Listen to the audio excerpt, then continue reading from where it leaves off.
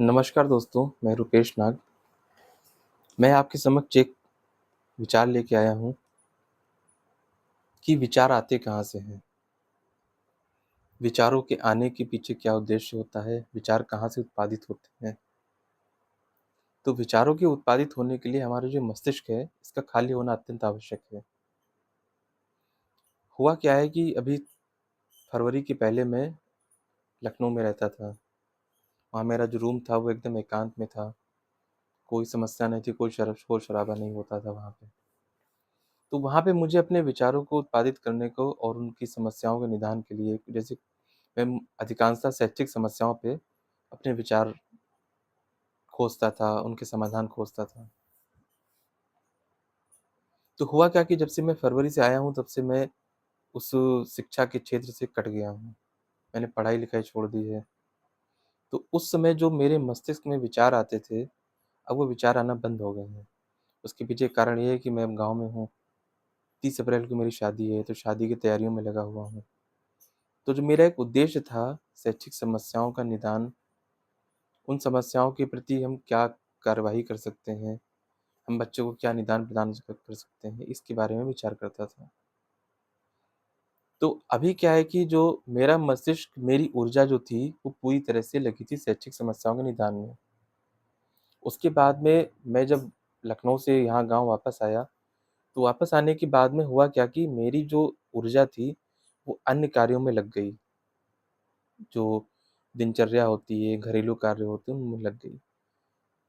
अब मुझे इतना अवसर नहीं मिलता है बैठ के सोचने का, विचार करने का कि मैं उस पे चिंतन कर सकूँ। चिंतन करने के लिए आपका ये मस्तिष्क जो है, इसका खाली होना अत्यंत आवश्यक है। अगर इसके अंदर आपके व्यर्थ के विचार आ रहे हैं और आप सारी ऊर्जा व्यर्थ के विचारों में लगा रहे हैं, तो आप कभी चिंतन नहीं कर सकते, एक स्वस्थ चिंतन नहीं कर सकते हैं, किसी समस्या का समाधान नहीं ढूँढ सकते हैं। अधिकांशतः आपके आस-पड़ोस में लोग होते होंगे कि भैया समस्या बहुत है, लेकिन हम क्या करें, हमें कुछ सूझ नहीं रहा है। तो जो सूझ शब्द है, ये आता है विचार करने से। एक लंबे समय तक किसी एक समस्या के हर संभव समाधान को ढूँढने में जो हमारा स ऊर्जा लगती है, उस ऊर्जा से जब हम कई बार प्रयास करते हैं, तब उससे हमें समाधान मिलता है। और जब तक ये हम प्रयास नहीं करेंगे, तब तक हमें समस्याओं का समाधान नहीं प्राप्त होता है। तो मैं इस वीडियो के माध्यम से आपसे यही कहना चाहता हूँ कि अगर आप शिक्षा के क्षेत्र से जुड़े हुए हैं और आप खुद को सफल बनाना चाहते हैं, तो पहले तो जितने भी समाज के व्यर्थ के कार्य हैं, उन सभी कार्यों को बंद कर दीजिए। खुद को समाज से काट दीजिए।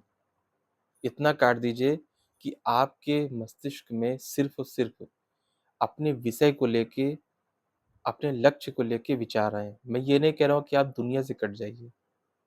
दुनिया से कटने से मतलब है कि आपके जो भी विचार हैं, वो आपके विषय के इर्द-गिर्द से ही होने चाहिए।